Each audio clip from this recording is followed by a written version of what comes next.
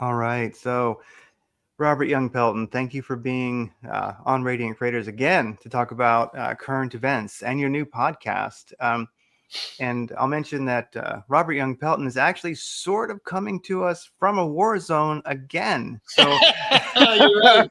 You're right. The incoming missiles at any moment. So yeah, Robert Young Pelton is never in better form than when there's missiles flying overhead. So this should well, be you got to pretty remember, good. I've been in Iraq and all the places where they actually did fire these missiles, and sometimes they hit and sometimes they don't. So Sometimes they let's. don't. Yeah, yeah. I have similar memories. I was in the command center, like the for the base, and that was one of my collateral duties when I was on watch, was to sit at the map, and then the AWACS plane would say where the missile was fired from and what the azimuth was, and we'd say, oh, it's going to miss us, it's going to hit us. But when the Patriots try to shoot them down, quite often what happens is they just bump it Oh, that's funny. and they change its course. Yeah. Well, we'll see what happens. I don't know what time they're ready to go off, but you should hear some bangs. That sounds fun. What could go wrong? All right, Exactly. so yeah. All right, so even though you've been on the show before, I just do a quick little look at your bio here because some people aren't familiar. So about Robert Young Pelton, I'll just read kind of the first line from your bio. Robert Young Pelton is a Canadian American author, journalist, filmmaker, and adventurer known for his conflict reporting and for venturing alone into some of the world's most dangerous and remote areas to chronicle history, shaping events. His work often involves interviewing military and political figures in war zones and spending time embedded with various groups, including the Taliban, Northern Alliance, CIA operatives, Al Qaeda, and Blackwater. And that's a great book, License to Kill, that he wrote during his time with Blackwater, which, if you'd like to understand what the military contractors are doing and who they are, that's a great go to, I think. So, other than that, what else could you? How else would we describe Robert Young Pelton? My bio is very short. It's 2 words. It's still alive. So Still alive. Mm. I treasure that because not many people in my ilk still have that nomenclature. But I've been to Ukraine, I've been to Chad, I've been traveling around all kinds of places. So I still keep up on conflicts. But I have to say the pervasiveness of cell phones and people covering things outside their window. A friend of mine was in Ukraine in a hotel last week, and he was filming all these, shaheeds coming over his hotel and all the missiles going up and exploding. And I'm like, that's great stuff, great footage. Why do I need to travel all the way back to Ukraine to capture the same thing? So it's really changed in terms of the value of somebody going from one place to another place, getting shot at and blown up and whatever, and trying to communicate it all in some kind of media format. So. Yeah, I would say that especially Telegram has probably changed the face of journalism. And well, I guess Vietnam was the first war that got maybe changed or steered in different directions because that was the first maybe like embedded journalists. Au contraire, au contraire. Okay, So okay, I have a podcast now, so I know everything. yes, yes, I'm an expert on everything. everything. I just did one on propaganda, and Yes. Mm-hmm. I should backfill a little bit, saying that I'm famous for writing a book called The World's Most Dangerous Places, which is about wars and how to survive.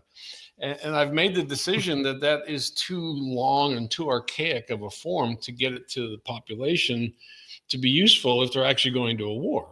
Things change very, very quickly.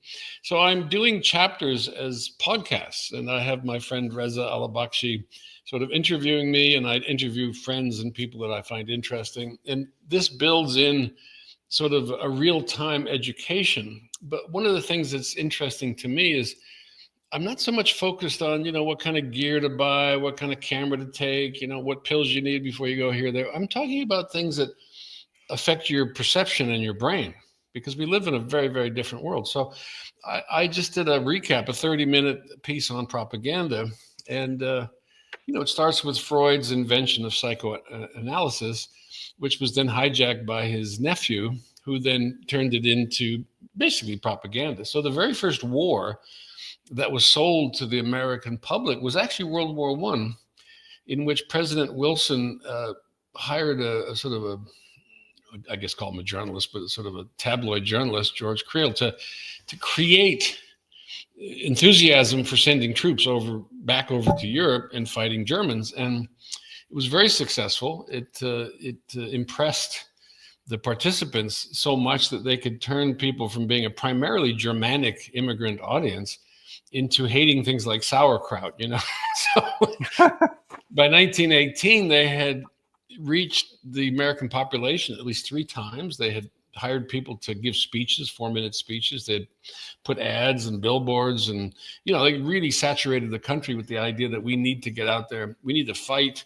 It was originally we need to support Britain, and that didn't really resonate. And then it became like, these Huns are raping your daughters kind of thing.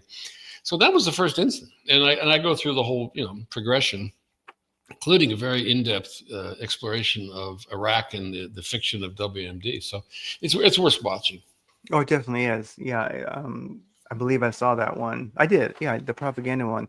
And so that's one thing we definitely want to talk about is you have a new podcast, and it's exactly what you're saying. And I think you've got like 6 episodes now or so on there. Yeah. I try to do one a week, and my brain has no shortage of things to talk about. But what I'm trying to do is not just fill space with noise. I'm trying to say, okay, what are the things that I can add? What are the things that I've learned over my period of time in conflict and in danger and whatever to people that are just looking at the world going, what the hell am I looking at? Right. Yeah. And I'm not an expert on anything, but I've learned a lot of things that I think need to be communicated because they really help people understand what they're seeing right now, whether it's social media, whether it's in the news. And I'm actually kind of terrified that we'll call them Gen Z. That's not a nice word, but Gen Z is walking into probably the scariest world they've ever seen, and they don't have the tools or the equipment to really deal with it. And so they suffer a lot of stress, a lot of anxiety, and just general sense of uncomfortableness with what's going on in the world. Well, and with Gen Z being kind of showing up on the scene, and do you think that that's going to end up being like a unique generation in that they kind of woke up in a battlefield of a country? No, actually, 9/11 was really the beginning of the saturation of fear and violence, right? So if you were born in 2000, if you were born 1990, 1980, something like that, you kind of grew up surrounded by images of warfare. And 20 years in Afghanistan, 20 years in Iraq, and then all the little ancillary things that we deal with really made you think there's something out there, like the boogeyman's out there. And I spent a lot of time inside those places with those bad people, whether they be ISIS, Al Qaeda, you name it, the Taliban, understanding what they were doing, their motivation, their structure, their financing, all that kind of stuff. And everywhere from Colombia to Burma, whatever. And also both sides, I've been with special forces and a number of sort of people that are trying to fight terrorism. And it doesn't bother me, right? It's the same thing that's been going on for decades. It's just that it's so instantaneous and in your face. So now here I am. I don't have to travel anywhere to go to a war. They're firing missiles about 10 miles away. Yes. I can watch TV. There's mass protests. There's people beating up Mexicans. There's all kinds of cool stuff that I can do in here. I don't have to travel. You did the legwork.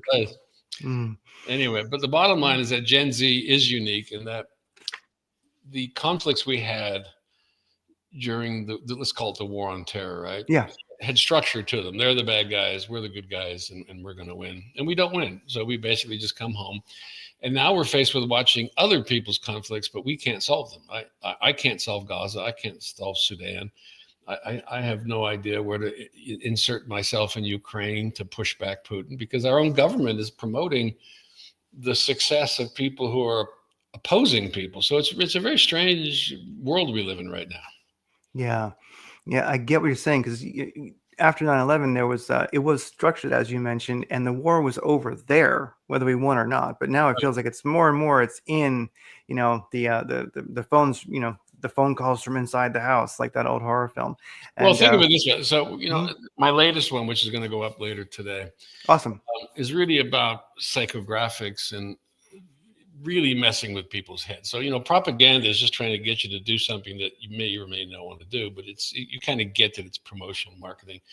I delve into the very cruel and unfair methodology of tapping into fear, right? Like motivating people to do things that they really don't want to do, but they're terrified, so they do them, right? And this, we begin with sort of Cambridge Analytica and psychographics, slicing things into five profiles. But what I dig into is the constant preying on people's fears to get them to do things they wouldn't normally do. And Yes. right now we have a government that is pushing buttons that we only used to push overseas against our enemies. And this is Mm. really important for Americans to understand, is that propaganda is not a bad thing. The concept of a narrative combines every, like religion, fear, joy, happiness, success, whatever. So we all live in a narrative, and we don't really feel comfortable with you're going to be born, you're going to grow up, and you're going to die. That's not much of a fun narrative. So we build other things in there. So everybody has a narrative that they live in. And we used to think, okay, we want to do the good stuff, but we wish the bad stuff on those people, our enemies, right? So Yeah. as I mentioned in 1914, when Bernays was hired to basically convince Americans that it was good to kill Germans, even though a lot of us were Germans, Yes.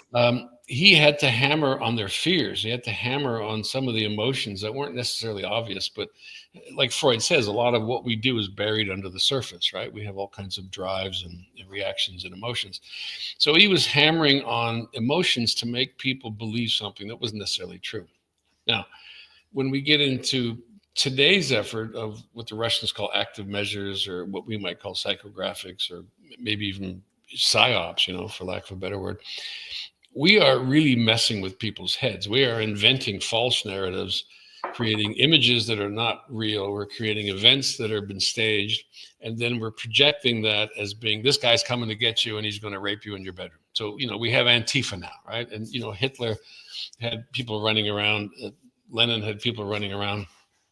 And I go through this process that it's very normal for a government that is autocratic and unpopular to have both an internal enemy and an external enemy. And America's been like that to a certain degree. We've always had something inside that bothered us, but it wasn't as big as the thing outside. Right now, we have more internal enemies, whether they be fictional or just, left versus right, or rich versus poor, or whatever, than we do external enemies. So we are feeling surrounded. And then, like you say, the phone call came from inside the house. Our own government is undermining our sense of confidence, Yes. by shutting down the government, by saying, oh, look at those guys, they're running, they're eating cats and dogs, and look at those people, they're hacking your phone, and look at those people, they're trying to steal your money. I mean, it's ridiculous, the barrage. Hmm.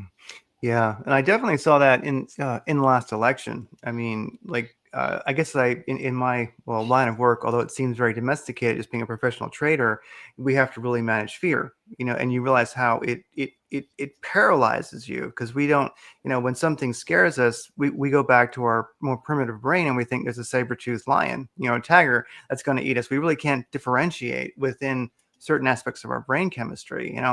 And so I was sensing that in like the last election. There were, not, I don't like just be non-biased. I'm not left or right, but I knew, a lot of people who were really, really afraid that their world was going to end. Their kids would be homeless. They'd lose their homes. I mean, they really thought the end was Okay. right there. So this is why I do this podcast, because active measures, which is a Soviet invention, but it's not unique to the Soviets, pushes both false and real narratives into the system, which then confuses people, saying, well, did he do that or did he not do that? Is that real or is that not real? So you slowly withdraw from being engaged with foreign affairs, politics, even religion to a certain degree, and you retreat into what you know is comfortable, which is what's around you, right? And this government would normally use this tactic during elections, as does the left to a certain degree. They've all got bad guys and they've all got good guys, but this is the first time that I've seen my friends who use these techniques to kill people overseas being hired to do these things internally for political purposes inside this country. And I don't know why we've declared war on America, because it doesn't seem to make sense, but I'm not a conspiracy nut, but if you look at who it benefits, if we are squabbling amongst ourselves, we don't have time to focus on places like Ukraine against Russia, right? We don't have time to focus on exactly what Israel's really doing and what the UAE is really doing and what Saudi Arabia is up to.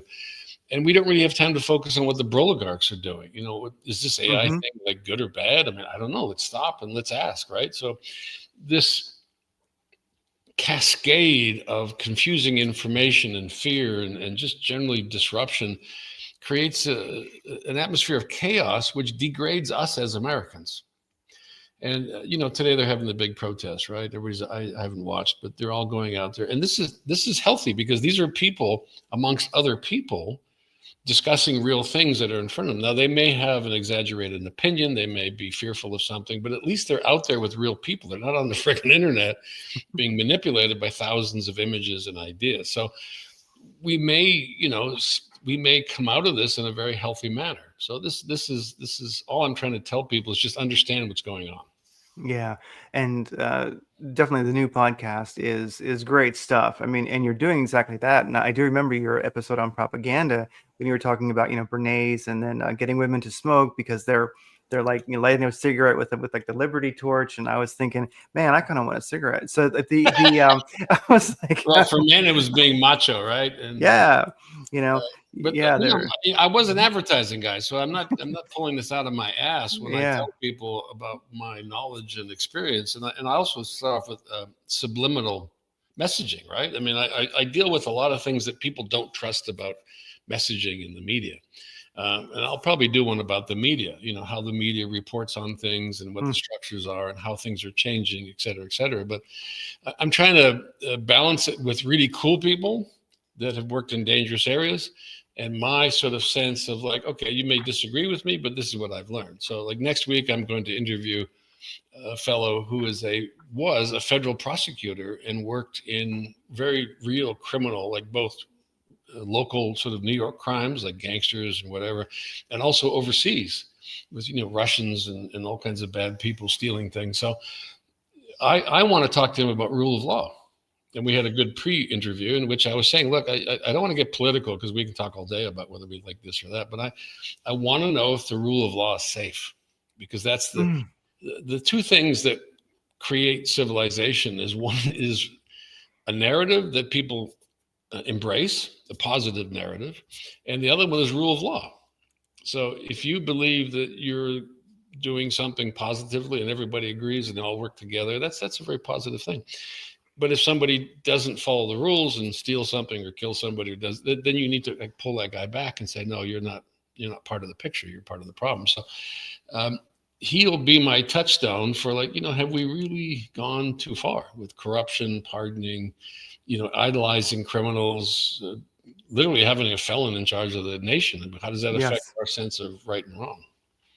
Yeah, and it makes me think about our foreign policy, where you've got there's supposedly international law, but then we prefer to use the what international like rules based order. Like what is that? A rule is not a law. So no, yeah, okay. So again, this is a separate topic that I really enjoy. But if you go back to the colonial period, you had very small inbred families that ruled large sections of Europe, right, and other parts of the world.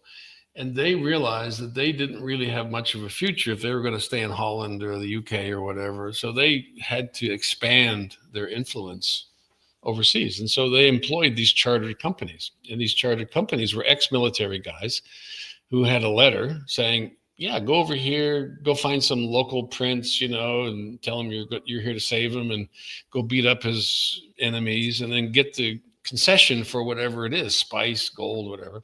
And this is how Europe built themselves into a major superpower. And we're trying to do that now. I mean, you are seeing transactional relationships with countries in which we want their stuff in the ground. yes, right?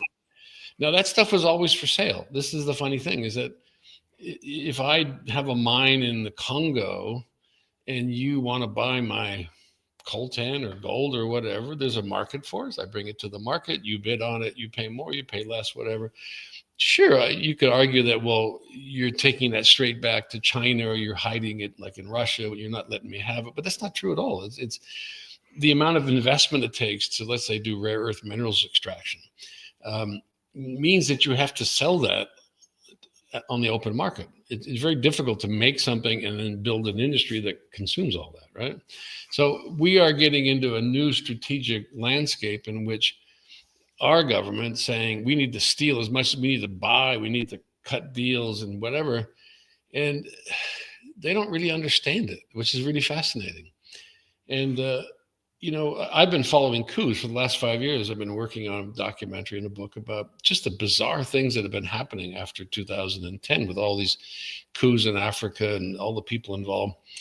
And we do have a secret group of people that are trying to overthrow countries, like, for example, Greenland, which is not even a country, under the premise that they are hoarding or they have something that we want and they won't give it to us, even though we have businesses there extracting that very same thing. So we're heading into another mess, right? I don't know at what point this will pop up and people will go, oh my God, we're at war with Greenland, whatever that is, right? Yeah. Or like we re-invaded Panama, but we don't know why. And oh my God, Canada just fired a missile into Washington, D.C. and blew up Donald's ballroom. Like we're literally heading towards that kind of scenario. Yeah. Yeah, we are. And yeah, well, it does seem to be what, there's that term, neocon, but it really isn't really neoconservatism. It's really neoliberalism. No, it's not. It's mercantile. It's mercantile. So you have a system in which you can buy the government now, period. Yeah. It used to be sort of immune from that, but right now, if I want to elect somebody, I get all my buddies and we say, this guy will do whatever you want, give him money, and we will just start saturating the country with ads, with whatever, right? And this historically has elected people, not 100%. Secondly, if you got a mercantile government, it's like you pay him. There's $1 million a plate dinner. They're not giving that to him to get just elected. last night. Yeah, there was. They're buying access, and they all probably have their tale of woe about, well, I had a mine in Venezuela and they took it away from me, or I need to get into Haiti to do this or that. So a mercantile government is like the royal court, right? Back in the colonial period. And you would get favors. You would get a charter. You literally this ranch over here was land given to a general by the Spanish government for a service, right? So this is not new. This is actually a reversion to a very old system. And I keep telling all my crusading journalist friends who are like holier than thou, and I say, look, you call it corruption. This is actually the normal way that the world works. It's called patronage. If you give somebody a tip for a nice table, or you want to, do this or do that, you would give them money, just like kings would give people money, just like the MBS in Saudi Arabia has to hand out money every month to all his minions, right? So this is not new, but we're not used to seeing it so naked and so blatant in our government. It's like colonialism seems to be back in style. I mean, it never really went out of style, but that's just kind of how I see it. Well, okay, so Nixon was corrupt. He would tell people, I need a briefcase full of money and give it to B.B. Rebozo or give it to this guy. And the stories, you can dig into it. But he was corrupt, and the corporations supported him, and then he would take care of them, right? But that was the way politics was supposed to run. And he got caught. He got caught lying. He got caught lying about erasing a chunk of tape. But he had an ex-CIA sort of kill team working for him. They got caught in the Watergate, and they're like, oh, they broke in, and they're like, no, these guys did all kinds of operations, and the people involved were like really serious spooks and operators, from the old Cuban days that were flown in from Miami. Like, this is a crazy story, but what I'm saying is that it's not new what's happening now. It's just really incompetent, and it's happening at high speed, so it creates chaos and confusion. God help us if we get something right?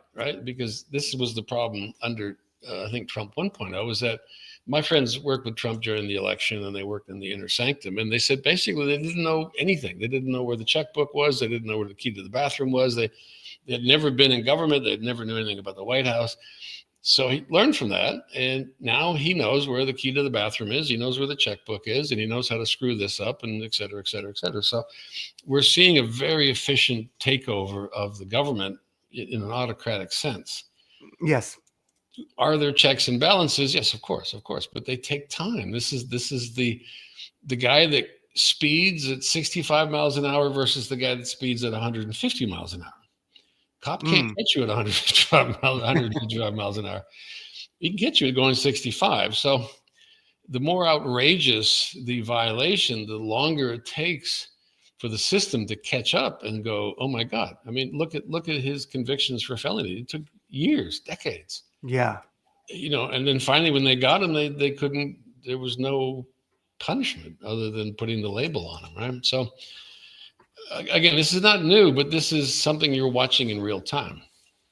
Yeah, we definitely are. And so yeah, your new podcast, absolutely essential. It's great in because you're keeping up with the current events, like what's most, poignant that you already have experience with, and putting it out there. So, I definitely encourage people to listen to it.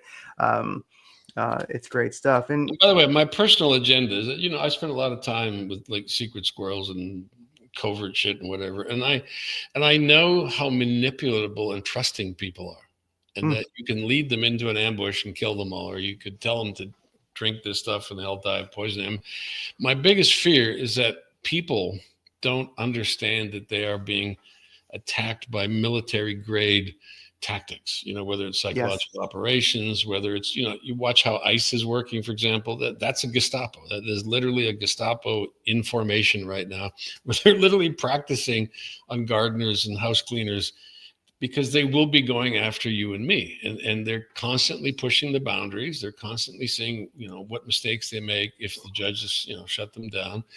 But that's an intimidation. It's that we don't need to get rid of all those migrants. We actually export less now than we did under Biden. So these things are real. And Americans are not used to living. I'll take that back. I said the Americans that are born here and grew up here are not really used to seeing autocratic methodologies, but people who came here from dictatorships and terrible regimes know exactly what's going on.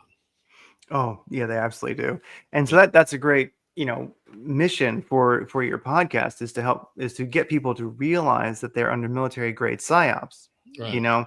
Because and by the way, that sounds terrible when you say it like that, because it sounds like I'm like some late night radio host and there's like waves coming through the atmosphere making you do terrible things. But what I'm saying is, with the social media prevalence, in other words, most people get their news and information from social media and they get it off their phone, right? Yes. With the prevalence of what they call smartphones and Internet of Things, the government, marketers, people have access to every facet of your life. They know exactly where you sleep. They know exactly where you work. They know how long it takes you to get to work, because you're building apps with the information you're providing. And it's not a bad thing, right? Like most people say, I don't care. Like, turn my location on, have people track me. I don't care, because I'm not breaking the law, right? Mm-hmm. Well, then they go take a trip to see grandma, and you come back and say, can I see your phone? And you're rather a virulent, whatever, Democrat or whatever. And they go, oh, this looks like you don't support the government. And they're like, what do you mean? I'm not supposed to support the government. I'm supposed to do whatever I want. And suddenly you're seeing a shift in the determination of who is bad and who is good, right? So the war on terror, it was pretty clear. If you wore a turban and it was black and you had an AK-47, you must be one of them, right? You weren't one of us. Now we're not so sure. Now we're not so sure that these people that dress up in animal costumes aren't really terrorists, right? Like these priests that kind of sneak up to the line, they got to keep them back, we got to shoot them in the head. I mean, these are real things. And these are, I've been to lots of riots, and I can tell you they run riots a lot better in Paris and Jordan and places like that than they do here. We don't even have riots. Like the number of people outside that facility in Portland is almost laughable. Right. It's like the trial in New York when you knew all the people after every day they'd show up and there's the guy with the sign and there's this and there's that. It's so sad and performative, but it's being amplified through the social media process. And you're seeing the government actually spending all day on whether it's Twitter or social media, Facebook, telling people, look at this. This is bad because this guy did. Look at this news story. That's false because of this. And here's the most bizarre thing that I just learned last week. There was a post from the White House DHS saying that this article from the New York Times is just part of the despicable New York Times need to spread false news and blah, blah, blah, right? And The headline simply says that Trump wants to reduce the amount of federal spending on FEMA, right? It's nothing new. It's not even controversial. And then somewhere in the body of this, which you could not read to the post, you'd have to go onto the New York Times login, read the whole thing, go back to that Twitter, or I call it shitter, but X. Yeah.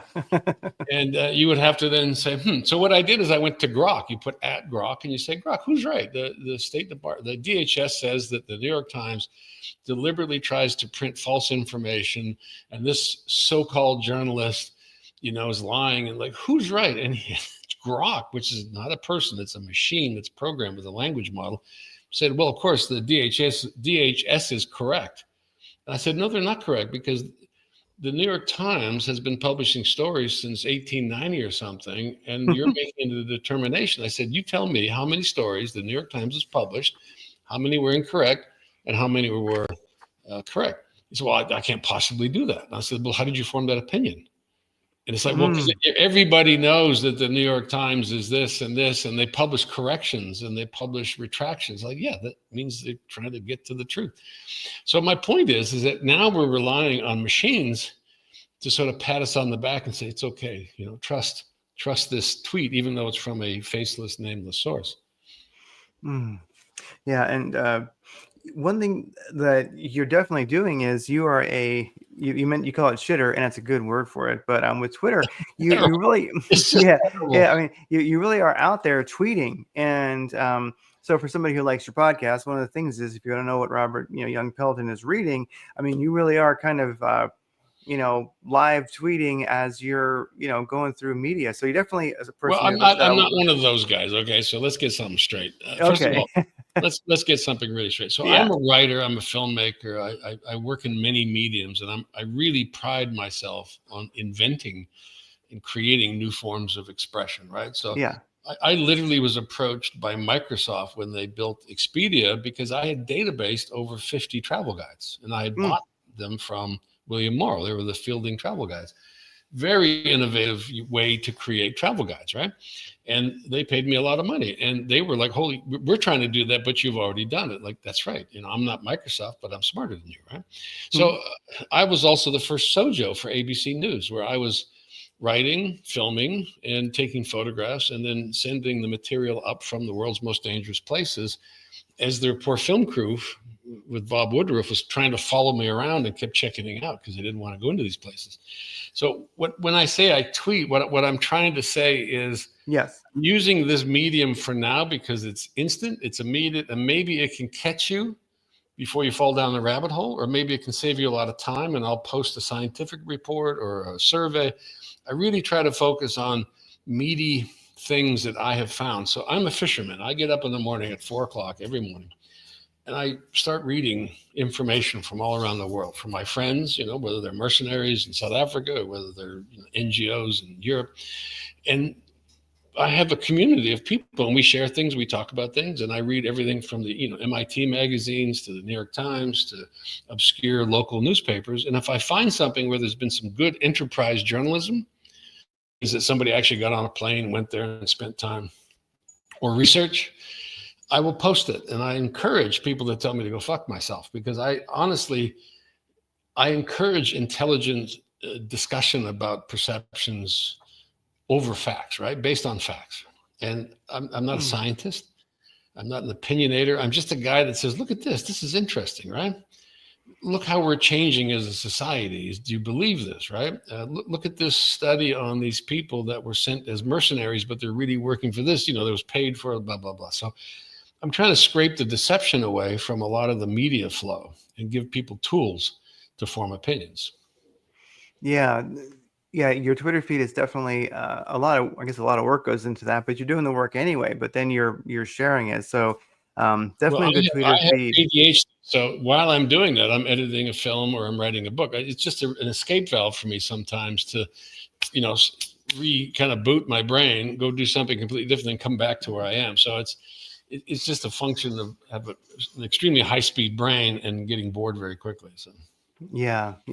Well, definitely the stuff that you're tweeting is usually a little bit, it's definitely not the mainstream narrative, I guess you could say. So if people enjoy being, seeing things from angles that they hadn't expected, it's a great Twitter feed. Yeah. It's funny. So I do like little quick research things into, like, for example, I block Elon Musk, right? And what I noticed about Elon Musk is he's went through a change of mind. He went from being sort of a lefty, creative science wonk, to being a very rabid right wing asshole, right? So I noticed that when he bought Twitter, that he was immediately sort of groomed by a series of accounts that showed up just as he announced he was buying Twitter. And these accounts have no person behind them, but they feed him outrage things, and they're literally targeted to push him towards a point of view.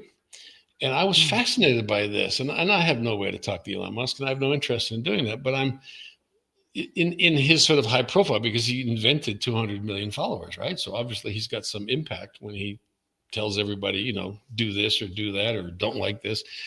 How he had been groomed by outside forces, most of them aligned with Russian sort of active measures policies, right? So like white people need to breed. We got to keep these brown people out because it sullies our, genetics. I mean, this is really weird shit that he's promoting. Yeah. Even so far, that when he's talking about going to Mars, I don't think he's going to allow any black people or Asians or brown people on board. Because I just get this feeling it's like the Mormon wagon train or something where they're all leaving. Oh yeah. Anyway, my point is that it's a distorted reality field in which people that you would never give the time of day to. I mean, Elon Musk to me is just like a quasi-autistic nerd, Yeah. who masturbates too much while playing video games. But he has this throne, right? Because he's got money. Like he didn't get money with his brains. He got money by knowing how to get money. He saw a good idea. He gets the funding for it, and he makes money. And so his job is to promote. And he's done that well. But my point is that he shouldn't shape public opinion about who we are as a country. He's basically an illegal immigrant from Canada via South Africa. Yeah. I mean, I read his autobiography back in the day. Sorry about the dog. Like, where exactly does he come from? He just seemed like kind of a space nerd that was in the right place at the right time, and he liked electric cars. I mean, yeah, I don't exactly understand why his opinion holds so much weight with people, but I guess we've kind of been programmed by propaganda to think if you're a billionaire, you are an erudite super genius. No, I used to work with Steve Jobs, right? And Steve Jobs is a funny, very, very not pleasant guy, but a bright guy, right? Yeah. But he had a chip on his shoulder, and so he wanted to be a futurist, and he would shoot down anybody over 40. He called people over 40 fucked up. It was the same age as I am. And I helped him with the Lisa and then the Macintosh, right? And I didn't take any shit from him, and I think he respected that. But when some old guy, like 40 and older, would explain something, he would just rip them to shreds, like literally rip them to shreds. And I remember being lectured by one of his minions. I was going to hire Alvin Toffler to do something. And he very icily said, "We have our own futurist. Steve is the future." And he's right. I'm not going to argue with it, but I'm just saying that ego. And Steve Jobs is one of the few people that's been able to hit pay dirt, more than once. I mean, it's brilliant what he did with, Pixar and with putting music on Apple devices, blah, blah, blah. And even Next, to a certain degree, was sort of a success. But my point is that when lightning strikes and somebody makes money off, let's say, PayPal, they just assume that lightning strikes again and again. And from that comes a sort of a speaking engagement philosophy that they say, do this and you'll be like me, right? And they don't see their personal foibles as being a problem because that's them, right? So if you don't like what they do, then obviously you're not them, so screw you. And this is the problem with Twitter, is that it's also the problem with politics. Money elevates people and their opinion goes with them, even if it's like the craziest opinion. So we're now seeing politicians that I wouldn't share a bathroom stall with, trying to tell me that I'm like, get out of here. Like, who are you? Where did you come from? Where did you get those ideas from? But they have platforms now. And this is what leads to people's stress and their concern. Like that person ain't right. Like that person should not be behind a microphone saying that shit. Yeah. And I think now we are dealing with really, I guess it's been the case for a while now, but I feel like it's an exponential in its intensity, but we are really living with a kind of a social media influencer government. I mean, that's one of the things they're lying. Okay, let's get right to the breast. They're lying. Yes. They tell you things that are not true. Yes. They accuse people who are decent people of being criminals, and they're not criminals. I mean, I don't want to sugarcoat what they're doing. 20, 30 years ago, politicians had to be very careful because if they got photographed with some girl that was not their wife, boom, they had to resign, right? If you started talking crap about space aliens and Satan, blah blah blah, they like, you're crazy. You can't be in public life. So we had sort of a firewall between people who were accepted socially and people who considered nuts, and that was what late night radio was for, right? I don't know if you remember driving late at night in the 70s and 80s, but you would hear these people get on like Coast to Coast, and Yes. and they would start telling stories about space aliens in Area 51 and UFO and JFK and 9/11. And I go on that show we used to go on that show all the time. And then people call up and say, well, 9/11 was an inside job. And I'm like, I used to blow shit up for a living. Tell me how they did that. So it was a controlled demolition. I said, well, I used to blow shit up. Tell me how long it takes to wire 80 floors or whatever in 2 towers. You tell me how much cord you need. You tell me how much Gel-X you need. You do the math for me. You tell me how long it takes to weaken the structure, drill the holes. And they get mad at me. And my friend used to work for Popular Mechanics. And he wrote a book called Debunking 9/11 Theories. And so he took every popular conspiracy and he did a lot of research. And, Popular Mechanics was famous for that. And they did this book. He outraged people so bad, his name was David Dunbar, that they wrote a book called Debunking 9/11 Conspiracies. So we're in that world, right? Where people that have fictional facts can argue with someone who has actual facts, like a scientist, a doctor, an engineer, a pilot can sit across from somebody who tells him that, no, you're wrong because, I read it on the internet or I saw this. So we live in that world right now. No, we definitely do. And so it reminds me of when I was with the Taliban for the very first time in the mid-90s. Really? They believed in shit that blow your mind. Oh. And I remember one Talib, because I hung out with all the mullahs in Kabul, and he comes to me and he says, I saw a picture of me, and cameras are forbidden in Kabul. Does America have like a satellite that takes pictures of us all the time and then can publish it in the newspaper? And I was like, no. The picture was like some guy obviously hiding a camera. But I said, yeah, they do. Anyway, we should get back on track because I'm burning up your podcast here. Oh, no, it's fine. It's all good stuff. It's all good. Today was kind of inspiring, and so this is a cool day to have a chat because this was like the big No Kings Day, and right. I must admit I was a bit inspired. So for me, literally right across the street, about a block away, is where the in Scottsdale is where the No Kings protest was, and I was amazed. So we went, well, let's leave our cell phones at home and go for a walk, right? And so we did, and it's huge. I mean, Scottsdale is kind of a town that believes in nothing. I mean, I didn't expect People don't it even here. walk in Scottsdale. It's too damn hot. Yeah, it's really freaking hot. Yeah, but right now it's actually not too crazy. So it's under 100. So you can kind of go outside, and it's huge. I mean, it was massive. For here, what bastards are doing? They're sucking up everybody's cell phone number, license plate. They're running it through their Palantir database. Like, yes. we got to find Tantifa's in there. Which one? Like, we got to find them, And that's what's fucked up about the current state of affairs. Yeah, we are the enemy, and I don't really care who runs the country. Just don't mess with me, right? Just don't lie. Just don't do stupid things and shit. And I feel like we have someone like in the bed, like what do you call it, Airbnb, and they're trying to steal stuff. And I'm like, gotta watch them all the time, right? I don't need to watch politicians. I would like them to just do their job, be boring, go make some money, being a consultant or whatever. But just don't steal shit and lie to us. Yeah. We don't need Don't beat us up. That's the other thing I guess I should say is like don't beat up little Mexican gardeners in Home Depot under the guise of chasing criminals, right? Yeah. And I keep saying to people, I spent time in Colombia in the really bad places, Chechnya, right? And if an ICE group went into that neighborhood, they would be gunned down. It's like gunned down, and they'd be hung from a bridge. I'm like, they haven't begun to look for bad guys. No. And a friend of mine worked in a prison in Texas, and he called me up and said, oh my God, you're not going to believe this. This whole fucking place is run by the cartels. And I'm like, duh. And he's like, yeah, but why? And I said, well, they also run the border. Why wouldn't they? They make so much money moving stuff across the border. Why wouldn't they make sure that they have control and presence in the entire mechanism that Mm. watches the border? And then I pulled out another factoid yesterday. I said, in like a 6 to 8 month period, there are like 60,000 drone invasions over the border. And they're like, what? I'm like, yeah, if you watch film from the Ukraine of these new fiber optic drones, which they don't need any electronic guidance or whatever, you can literally fly them, and this little thing spools out the back. It's like Oh, fishing, wow. but Okay. it's literally a high quality connection between the operator and the unit. And they can go 25 miles. Mm.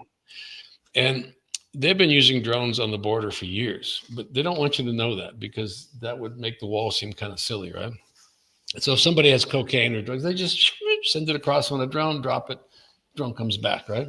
So it's not like it's 60,000 different drones. It's probably one guy, Juan, with his drone delivery system. But my point is that we have so many threats to this country and so many threats internally, externally, whatever. The fact that we would focus on people protesting as being the potential enemy, even though they're holding signs stating what they believe in, and they're saying, I don't like you or whatever, is where we're at. That's the problem. And that's what I don't like, is that we are, I shouldn't say we, because I'm not doing it. They're looking to create an enemy. They're looking to create an event or something that allows Trump to say, oh, okay, well, I'm just going to take total control with the whatever, emergency act I can use, like martial law or whatever. And they want to run with it because they know the courts are going to have a hard time catching up to them. And it's about the guy that speeds at 150 miles an hour versus the guy that goes 65 miles an hour. So this is the end state that I think we're heading towards. I think it is. And the No Kings little protest or huge protest or gathering or whatever it was. I mean, it did. I don't know. It was the first time I've been rather hopeful in a couple of months, just because I was amazed at how many people showed up. I can only imagine Phoenix must have been huge. And and I know it was, you could say there's a political bias to it. But I kind of thought that I was getting the vibe from people that they were just picking up on what you're saying. Something is wrong. We don't like so many things. Yeah, We're God bless aware of it. Look, I have lots of Republican friends. I have lots Mhm. of Democratic friends. I have lots of anarchist friends. I have lots of people that aren't even Americans. They don't give a shit what happens in America. I get along just fine because we are searching for answers, right? We're not Yeah. necessarily accusing each other of doing something bad. Most Americans are not really political. Like we live in a country where you don't really have to pay attention to the government. And I think this gap between not paying attention and wondering what's wrong is what you're feeling, right? Yeah. This is not Democratic, Republican. It isn't. It's Mhm. people saying, damn, they're really doing bad things to people. And I don't know that those are bad people. And Yeah. what do they say? Like when they came for the Jews, I did not say anything because I'm not a Jew. And when they came for the whatever. So I Yeah. think people are sensing that Donald Trump, as a leader of a country, is causing division and encouraging violence. I think they sense that. Yes, they did. I believe so. And if Yeah. you're in the GOP, you can say, okay, well, those goddamn Democrats need a good ass whipping anyways. But you kind of say, no, they don't, because we keep calling them pussies all the time. So it's like, there's no real enemy to beat up. And this is what January 6th was about. January 6th was supposed to be about the left and Antifa showing up to battle with these thugs.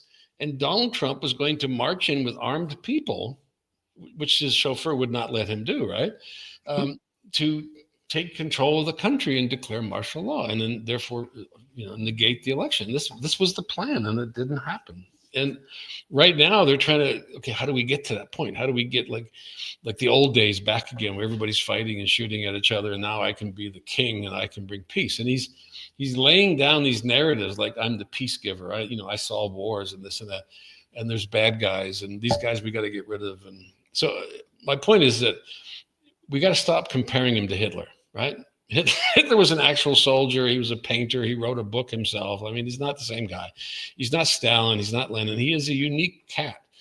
And we need to be very serious about what is happening in this country if we want to maintain some kind of control over our choice of government. So that's the first step, is just get real, wake up. It's happening. Do not say, it looks like we might have. Like we are in the middle of that battle right now. We are. Yeah. So, secondly, remedies, right? Um, People are more powerful than governments. This has been proven over and over and over again. I mean, you can go look at Martin Luther King, you look at Gandhi, you look at many revolutions where the populace, this is how they got rid of colonialism in India. They just said, we're done. We're going to sit here and you figure out how to clean your toilet. You figure out how to eat. You figure out how to do this. We're heading towards that, where people, and I don't know if you noticed, but recently the universities have all said, no, we're good. We're not going to sign you. The journalists in the Pentagon said, no, we're okay with not signing anything with you, and we really don't care. We're heading towards that state of affairs where there is a silent wall that they meet. And remember, the government needs money. The government needs tax. It needs some kind of complicity with the population to survive. So we are seeing more and more creative ways of saying, no, it's not going to work. So, for example, the ICE, they're desperately trying to hire ICE people. And they publish these things saying, oh, my God, so many people want to join ICE. It's like, no, they don't. No, nobody wants to be a goon. But what they want to do is create some kind of Gestapo that's loyal to Trump. Now, just for shits and giggles, there was a White House intern program where they were hiring people for the White House. And I thought, I wonder what they're asking kids, right? So I literally logged on to sign up, and they wanted to know, did I believe that the 2020 election was stolen? And obviously, whatever button I pushed was a gateway. The other thing was like, explain how Donald Trump came into your life, or words to that effect. He was Jesus Christ and I was converting, but I sense that he's trying to build that sort of cultish following, right? And that, I watch the beatings, I watch the tactics, I watch the equipment, and I'm like, these guys are clowns. They are not rehearsed, they're not training. And most people don't know this, but you can become an ERO, which is the lowest form of DHS employee, which makes you a federal employee, and you're allowed to carry a gun with a high school or barely a high school GED, and theoretically 18 months of training that can be waived by your supervisor. Oh my. Wait, and you can be any age you want. They waived the age requirement. So a 75 and 80-year-old man can walk in there and become an ERO agent, and he can then be promoted to the ranks to whatever. So it's not healthy. It's not good, right? This is not the FBI Academy. Let's just say that.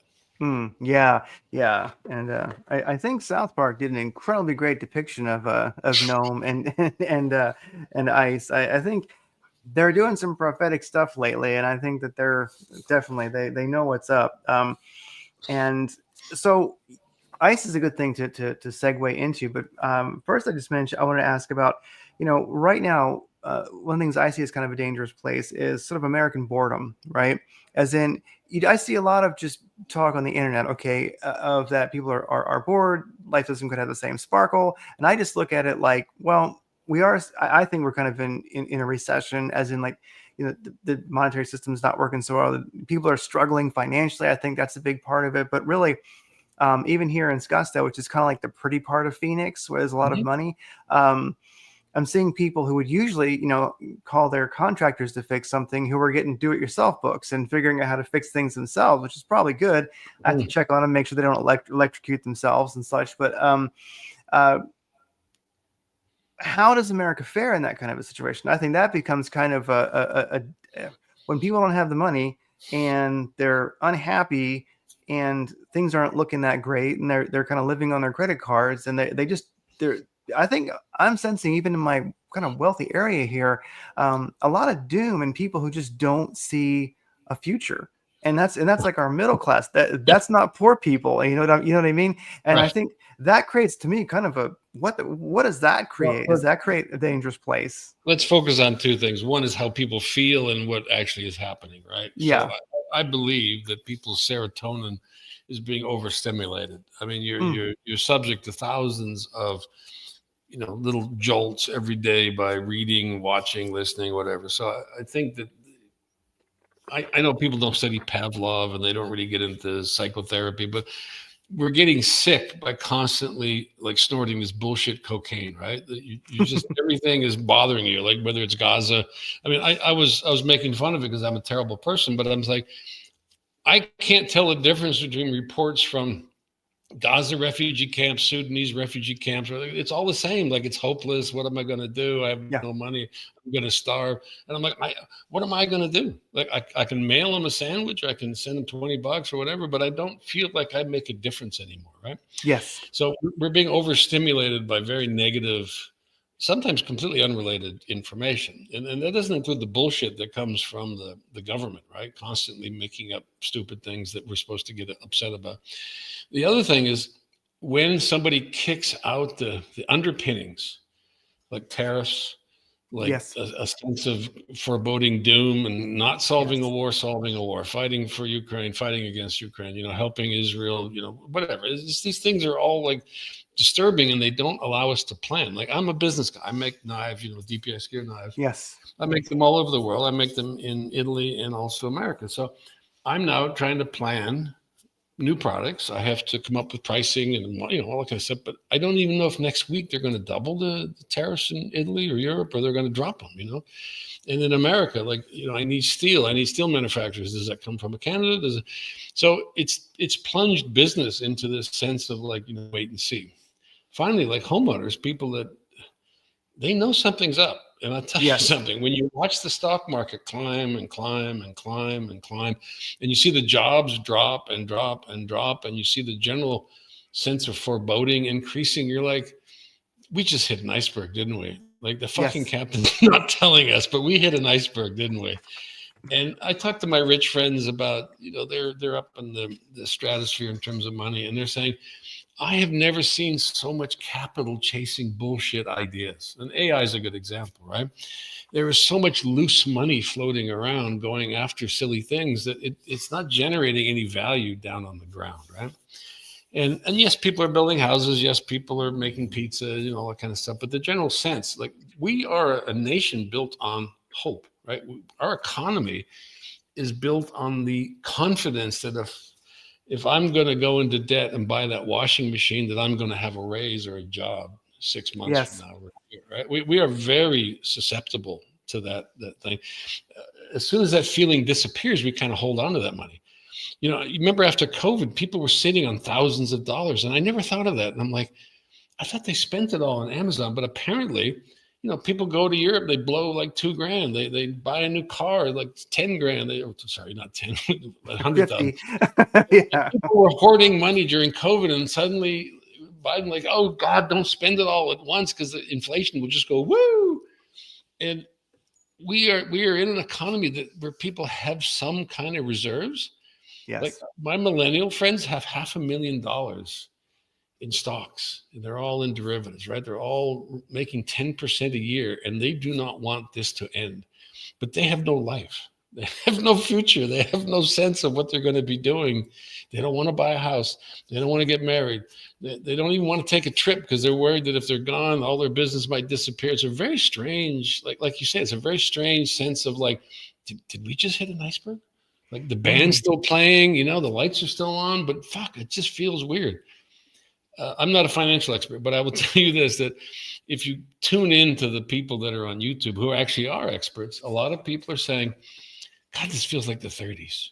This feels like you can never not make money. Everybody's fine, but no, nobody's really fine, right? So yeah, we're in that period of doubt. Yeah, definitely. It's where, and like you mentioned, the confidence and the hope. I'm seeing people who have, forever, they've just leased, they kind of just lease supercars, and then they give them back. Well, I'm watching now in the last year where their leases run out, and they buy they buy like used Toyota Corollas. They're driving a 2007 Toyota Corolla. Oh, I have a bigger problem for you. So like about 5 miles over here, they grow tomatoes, like miles and miles and miles and miles and miles of one crop, right? All the tomatoes I buy in my supermarket come from Mexico. Yeah. All avocados come from Mexico. They're all cartel avocados, right? And you grow avocados here, there. Our system is upside down. And so all these things are picked by, guess what? Migrants. Yes. All these things that are coming to fruit are going to be either left in the field, or they're going to have to hire executives from Wall Street to pick them. I don't know how they're going to deal with it, but we have some basic building blocks that have been removed from the system, right? And like you said, when you need to fix your house or you need to have a construction crew, there's not a bunch of old white guys that are going to show up No. to your roof. or they're going to charge you 10 times as much. So we have a system. America lives off of cheap labor. We used to have about 10 million illegal aliens, or what do you want to call them, migrants, undocumented, that powered the shitty industries of America, that picked the fields and did all the crappy jobs, below minimum wage. So that's all sort of shattered, right? Mm. Yeah, yeah, and in a very short span of time, which definitely an economy can't react to quick enough. You Right. know, But yeah, I'm talking more on the higher level with the tariffs and things that don't make sense, mm, where you're yeah, trying to plan a business. And all my business friends are like, I can't just create a manufacturing business when there's no certainty. There's no incentive for me to start a business to make stuff that was made in China, because China, 200% tariff on a 20-cent thing versus a $2 thing, they can still make that thing and suck up the tariff, or let's just charge another 200%. So the mechanics aren't working. yeah, yeah. No, absolutely, it makes total sense. So, let's see, you got your international. You My what? I know it's a funny question, an off-topic thing, but you got your international. You'd won it. Was it an international, or was it a Land Cruiser? Your No, I drive. Well, so I used to be a Land Rover guy. I used to be in yeah, the owners, Land Rover. right? I Mhm. love Land Rovers. Both my daughters have old red Land Rovers, and there's no reason for me not to drive a Land Rover, except that I bought Lexi because I had one in Afghanistan. And I liked it, so I bought one over here. Mm. But I drive a kind of a souped up 1971 Dodge Power Wagon, just, Yes, yeah. just to piss people off. And I like Americana. So I drive into the desert with that thing, and I was happy as a clam, because obviously it's not going to break, and it's just noisy and boring, but it's American, right? And I've owned obviously dozens and dozens of cars. Out here in California, the Land Rover gets people that have Land, they trailer them because the highways will kill them, right? They only go about 60 miles an hour. But I like American things. When I Yes. began designing knives, I went out and I bought a Harley cop bike, like literally the worst motorcycle you could own, right? It's old, it's heavy, and I drove it across the country in the winter, and I really enjoyed it because it's American. I had a Cadillac convertible for a while, 1963, and a gold one, and I love that thing. It's only got 3 speeds, but you don't even notice them. It's got a big engine. Just other things that I bought just to get a sense for that Americana. And so the two things are, one is freedom, right? The idea that you can drive anywhere in the country without worrying about anything. And the other one is being overbuilt quality. And this is what I love about America. But Oh. do they make those things anymore in America? You can ask Harley Davidson how they're doing. Mm. You can ask GM how they're doing. They are sucking wind because we have set up a very complex system between Mexico and Canada and Chinese suppliers. And it took a long time to make it work, but that's all destroyed now. So they're trying to put that back together again. Yeah, and that love of Americana, I understand it because like it's a terrible thing that America, has lost the ability to build an internal combustion engine. You're like, I what? make knives in America. I sell them in Europe to people that get it, right? Like Europeans go, I love this because it's solid. Yeah. My most sophisticated knives are made in Italy, like Ducatis and Ferraris, right? The machining work is incredible. And the factory that makes it has doubled in size in the last 10 years. I won't say because of me, but partly because of me. And he used to hire people coming out of school. They have a school for machinists and people that run CNC machines, complicated Yeah. lathe machines. And now he's hiring people from Romania, Bulgaria, Afghanistan, or whatever. And they work just as hard and just as well as the Italians do. But he is invested in the idea of Italy. Like, Italy makes fine things, we will make fine things. And he's obsessed with that, right? In America, I work with American manufacturers. They have a hell of a time finding people with the skills they need. And when I say skills, I mean the draftsman, artist, creative. I have 24 patents, right? But when I try to find someone that can do machine work like SolidWorks and stuff like that, it's hard. It's really hard. So we don't have the training skills. And despite how many ads they run, like German Jungen, whatever Nazis, they're not coming out of schools. They're going into day trading and internet-based things. Yeah. Well, I think the old Americana vehicles are kind of making a comeback because, like I drive, Absolutely. yeah, I think they are because like I drive now a 1978 Jeep Wagoneer, you Hmm. know, and uh, and I actually had a 1976 Power Wagon with the slant six, and I Hmm. loved that thing. And every day I regret getting rid of it years ago. It's just so simple and stupid, right? It just The, the does what it slant does. six is America. I mean, It's a great engine. yeah, We can go on about engines, but anyway. But yeah, here's the point: is that when you look at what made America great, the reason we won World War II is that we had so many factories yes. that we could repurpose to make aircraft and guns and stuff like that, right? Um, that all evaporated. I mean, I think there's like building ships. We barely make ships anymore. Now, I'm not saying we should make ships, right? But when you go to Asia and places and you see the investment they make in infrastructure required to create a shipyard, right? It's not just the shipyard; it's the people, the training, the schools, the healthcare, the way to get to and from work and whatever. You go to Glasgow, and they used to build all the ships in Glasgow, right, in Scotland, and that's all gone. So the point is that you need to make major commitments to the entire country, like building a freeway system, building a rail system, whatever, digging mines, whatever, to be competitive with China, with Europe, with all these other countries. Yeah. Um, and I think we kind of touched on it, but in one of your in your new podcast, the episode "Propaganda: What You Can't See Can Kill You," you mentioned that awareness is resistance, and I think we've been talking about that. But can you touch on that? Kind of define what do you mean by awareness is resistance? So I try to tell people that humans, they have two eyes, they have two ears, and they look forward, right? A human is not a very good animal. You can sneak up on it, right, and hit it on the head with a rock, right? So we think we're aware of everything, but in actual fact, our awareness is very limited. And when we get into electronic media or synthetic, that thing is not really red. It looks like red because it vibrates. We're very easily fooled. Like films are basically fooling our eyes and our brain. So once you accept that you're really not good at understanding what's being put into your brain, then you should stop and say, just like you read the labels on a box, what am I putting in my brain, right? Where did this come from? What is this guy's purpose, whatever? And understand that you're being fed things that have narratives attached to them. So anything you see, you can say, what's the narrative? What am I supposed to take away from this? And politics obviously is the most obvious, but religion is one. Marketing, selling you a product, like why do you need this car versus that car, whatever. And I think it's okay to say to people, like, you don't need any of that shit. Like, you literally could live your life without absorbing outside stimuli electronically and do just fine, and probably be healthier, because we are in essentially a linear animal, right? We start here and we go there. You tell stories from the beginning to the end type of thing. And when you get into this non-linear world, like, flipping through thousands of images, it really fucks up your brain. And Yeah. they notice it in children. I think up to the age of 13 or something, they tell you, do not let your kids stare at an iPad or whatever.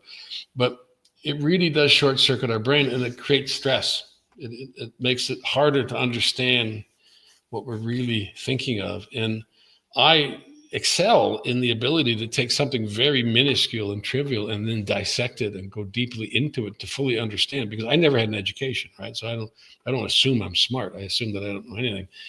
So when I see something, I'm intrigued by it, I dig into it. And a lot of times I travel there, right? So if somebody says, oh, there's something going on in Burma or Chad, or I go there and I talk to everybody and they tell me stuff, and I take it all in. Now, I may only have my perspective, but at least I have a depth of perspective.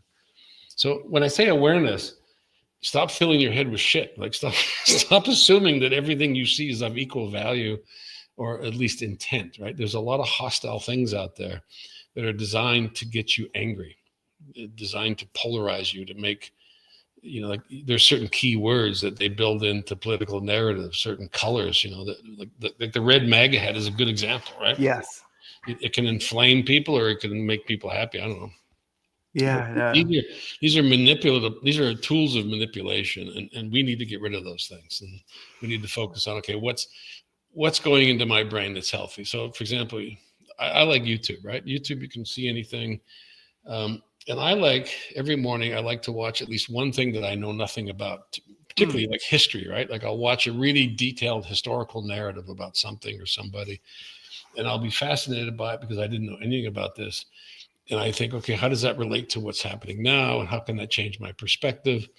I'm also fascinated with how AI is just raping intellectual property and destroying all these beautiful things that we built over the last, 10,000 years. I'm working with a gal that's decided that she's going to build a language model just on the books I've written. And Oh, wow. her premise is very solid. There's term slop, right, for AI, because AI slop farming. Yeah. it's just everything. It's every picture, every word, every book, every mag, like just shit, just pour it in there, like with the good stuff and the bad stuff. We don't care, right? We don't have any discerning, like that's not good or this is good.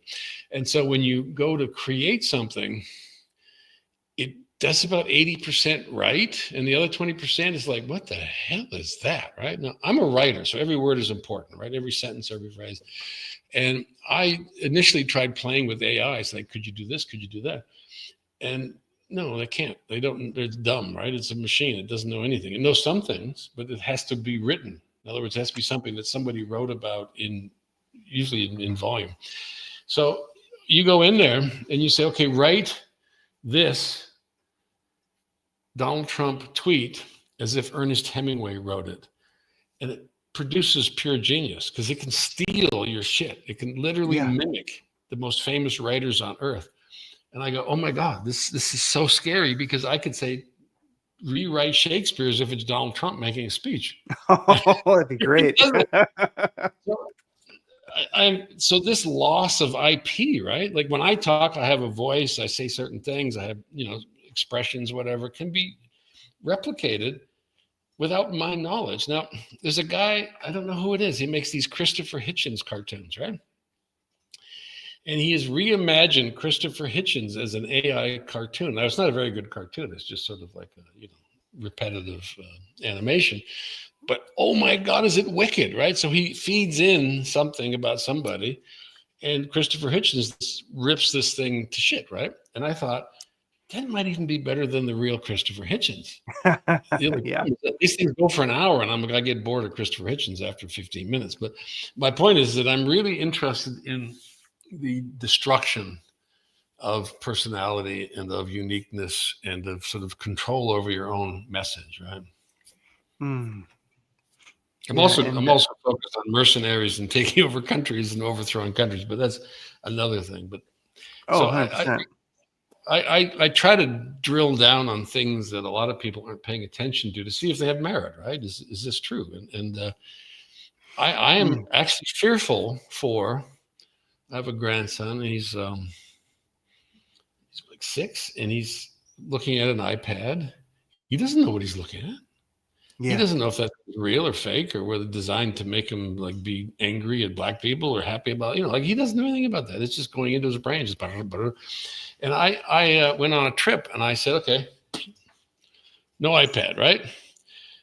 I used to time it. It takes 30 minutes for him to calm down every time. 30 minutes. Oh wow. So the mantra, because Grandpa's a Nazi, is that we are going to talk to each other, tell jokes. We're on a car trip, right? So it's like we're going to drive for hours. We are not going to use any electronic devices. We're going to look out the window. We're going to play these stupid games, like name a country that starts with A or whatever. When I take his device away, he gets really angry, like he's really disturbed, right? Almost like a crack addict, right? Like opium pipe snapped out of his mouth, and he sulks and everything. And then he sees us having fun, and so after 30 minutes. He's now engaged with the idea that he's using his brain and he's part of it, and he enjoys it, right? And he's back to normal. And I'm like, yeah. But then the next day, you catch him, hey, no, can't have that. Again, the same 20 to 30 minute rehab, whatever you want to call it, to bring him back to the normal world. So this to me is very frightening. That unchecked, there are generations of people filling their brain spaces with complete garbage, pink muck, and that slop will not be. You won't be watching Shakespeare. It'll be 5,000 Sora videos of the queen golfing or some gal with big Yeah. tits, like just bizarre shit that make no sense at all. So that when you say, "Hey, pay attention, they're taking away your education funds, and you need to," like, he goes, "I don't know what you're talking about." He's Mm. happy in his own little amniotic fluid, this electronic amniotic fluid that keeps him happy. So as long as he's getting stimulated, right? And this is the Pavlovian thing that everybody talks about. It's Yeah. an addictive process. So Well, it's an incredible gift to be a little older. And, I mean, when I was younger, I mean, the internet really only came to be, I'd say, in about 96 is where it yeah. was, um, but yeah, I mean, there was, it was an analog world to a great extent, and so having had that experience, at least I know what it is, Well, you but you know. had garbage. You had the Brady Bunch. I mean, Oh like, yeah, television was still a distiller of garbage, but at least it was linear and you could turn it off, right? And yeah, what I'm talking about is the pervasiveness. And it's scary. if you ever Hmm. studied Marshall McLuhan, and he said that we live in an electronic village in which these electronic things are just paintings on the wall, like cave paintings. Like they don't have to make sense. They just are our decorations and our surroundings. And I'm Mm. saying we're transitioning. So let's say 1996, the thing you would notice is that, oh my God, there's like 10,000 books on the internet, right? Yeah. I can find what's the capital of Zimbabwe? Like, it just Yes. tells me, like, holy shit, this is great, right? It was like an Encyclopedia Britannica. Now it like makes up the Encyclopedia Britannica 10 times a minute, and it's all wrong. Mm. So now you're going like, I don't know who to trust. And this is part of active measures. This is literally destroying your brain so you don't trust anything. And ultimately you don't care about anything. And ultimately you can't plan anything because nothing makes sense and nothing's for real, nothing's sure. This is a very sad, like psychological swamp to be in.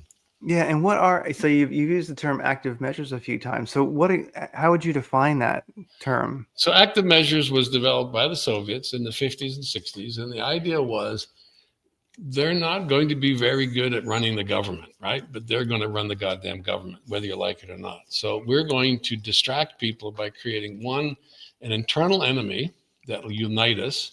And secondly, an external enemy that'll scare us, which was America.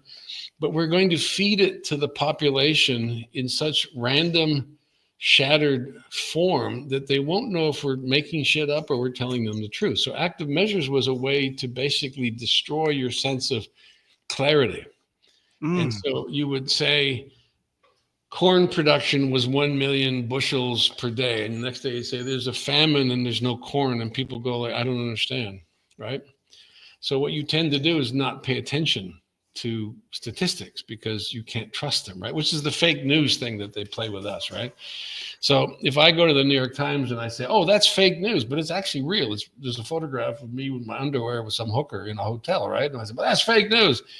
People will say, "Well, I don't know, is that real or is that fake?" Right? And it's like this is what they're trying to do. They're trying to discount the source of information that are reliable and then replace them with these fictional sources. And then the use of these internal and external enemies is a very manipulative thing where if you can't buy bread that day, we're going to blame it on America because they sunk a ship, whatever, or we're going to blame it on Antifa because they burned down or whatever. And then this then becomes your coping mechanism, right? It's not the government's fault. It's these people that we're fighting. And this Mm. is old school bullshit stuff that the Soviets used, but they use it on us and our government uses it on us. And one of the things that you can be very sure about is that if a leader of a country is talking about white people and brown people being bad, like migration is a major sort of point. Remember, that's the internal enemy, but it's also an external enemy. Yes. Migration is a big thing they love. Religion is another thing. Muslims, like, they're out there, but they're sneaking inside. So they've got very convenient with combining both inside and outside enemies. Now, Antifa, they haven't got their shit together on yet, but I'm sure they'll hire some kids to be Antifa and they'll burn something down. But they literally need you to focus on somebody else. So when your paycheck doesn't show up because the government's closed, who do we blame? Radical Mm. Democrats, right? Radical, not Democrats, but radical Democrats, even though it's a government run by both left and right houses, right? So Oh yeah. there's a common sense feeling like, do I have to side with one over the other? And this is where this collective punishment comes in, right? you're siding with the internal enemy. Therefore, you have to be punished. You have to be monitored. You need to know what you're doing. This stuff about taking your phone at airports and all that kind of crap. It's just Yes. intimidation, right? But you're thinking, oh man, I was on there last night and I don't know what I said, and they don't have to actually have evidence that you did something bad. They can simply say, oh, we found indications that you're aligned with a terrorist group called Antifa, and you're like, but there is no Antifa, and they're not terrorists. So what the hell am I aligned with, right? Yes. Again, this is part of that mind fuck that, you know, at someday there'll be a reckoning, right? Like we're going to see Stephen Miller on some, I don't know, he'll probably be 80 by then. But we're going to see him actually be questioned by people like, what the hell were you thinking, right? Like, what the hell were you thinking? A little Jewish guy from Santa Monica, like stirring the shit up, pissing people off, chasing, brown people are like, what the hell were you thinking, right? Yeah. But we're not there yet, right? And I think, I would say this weekend, just today, I think I got maybe my first glimmer of hope in quite a while that I think that reckoning is coming, because the No Kings huge protest here for Scottsdale, I could not believe the size of it. And like I say, I don't think it really was coming from a bias as much as people know No, it is a something bias. isn't right. Let's talk about cognitive bias, which I Yeah, get. okay, yeah, let's hear it. You're a rational human being. You look out your window, you see nothing. You look out the next day, you see an angry mob burning things. You see a third day, you see a bunch of people chanting and smoking weed or whatever. You're using the receptors, using the things that you think are real. And then you go back and say, well, how many of them are there? Are there more MAGA people than there are radical Democrats? Are there more pro than anti and whatever? Mm-hmm. By destroying the statistical system, whether it's jobs or popularity or whatever, they're removing the facts that you normally use. So you replace it with cognitive bias. Oh, yeah. So today you saw a bunch of people that look like you saying, fuck this shit, right? Like, blah, blah, blah. Yeah. Like, I like that. I want to be those people, right?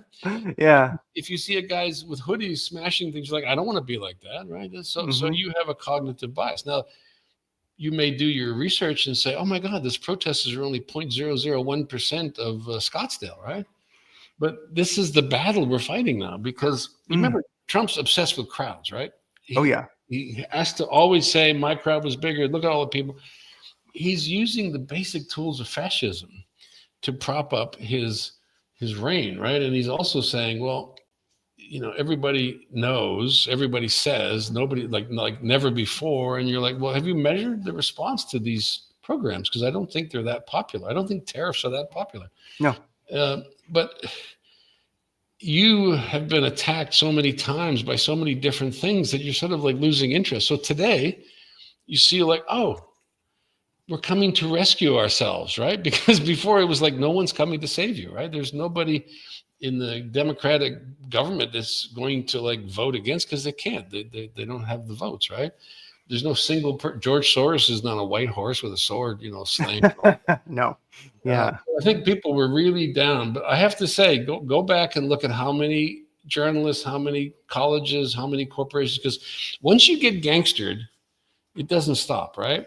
So all these media companies that decided not to litigate and just pay Trump money are now regretting it, because now they get hit up just like the mafia in Queens, right? Just like, be ashamed if your window got smashed, here's $10.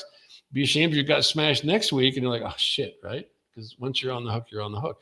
So this is let's assume that this is a watershed moment in which people say, us, them, right? Us is bigger than them. And before that, it was them was the bad guys, us, and they were in power. So there are more people than there are people in the government. Mass protests, mass sort of resistance to any kind of order, whatever, is much more effective, because they don't have the numbers. They can't arrest 10 million Mexicans. Like, they can't literally arrest every illegal in this country, because they would start digging through a lot of people that are like in the White House, like Melania and Elon, and all these people would get rousted because it's like something dodgy about your passport application or your visa application. So anyway, I don't want to lecture. I'm just saying that we need to separate reality from perception, and cognitive bias relies on you thinking something is the way it is without actually going and checking and using your five senses or whatever you use to form opinions. Mm, And the internet yeah. is not real. Like, just for God's sakes, do not put your Oh, phone next to your wife and say, "Well, the internet said this, honey, and you woo. said that." So, whether it's a recipe or whether it's the weather, I mean, it's. Yeah, ChatGPT says I'm right. No, I was really upset to see that they had programmed Grok to defend stupid government press releases versus the business of media reporting. Right? This was Hmm. an absolute task that somebody was given, and I don't know. I don't argue with computers that much, but I do believe that if people are using AI tools like Viagra for their brain, they're going to be Mm-hmm. deeply disappointed. Oh, they are. Yeah. So Yeah. rule number one, in Survival 7, it was a bonus episode on your podcast, and this is great. And so this is kind of a teaser. People listen to that episode. But rule number one, to me, I think may have been the most important one. And you mentioned, yeah, it is. Rule number one is be alert, reading crowds, 360, vision. Right. So we've kind of touched on this already with, awareness is resistance. But rule number one, ultimately, I guess you can call it situational awareness. And that's something we live in a world right now of people who are soft targets on phones, walking, not looking where they're going, often where they're driving. So situational awareness, it seems like it's out of style, but people need to bring it back. Well, okay, so let's not pretend like we're living in the woods and I'm telling you how to rub two sticks together. I used to teach survival to SEALs, right? And the thing about SEALs is that they're very well trained. They're constantly training. So they became mission focused, and they literally, when they go in on a stick to take out a bad guy in the building, they're like focused, like right there, right? And especially when you wear nods or night vision, Mm-hmm. your vision is even more limited. So I bet them that I could film them going into this building in the middle of the night, and they wouldn't see me. And they're like, bullshit, because we got snipers on the roof, we got eyes on you, bullshit, you can't do it. And I said, okay, fine. So in the middle, so like 3-ish in the afternoon, I had a black coat and I sat in the shade under a tree. And then when the snipers came on position, I was just part of the landscape, right? And by 7 o'clock and 8 o'clock, when they did their move to rescue the hostages, I filmed them all, right? And I said, look, if I would have had a grenade, you would have all been dead. I was literally 30 feet from you.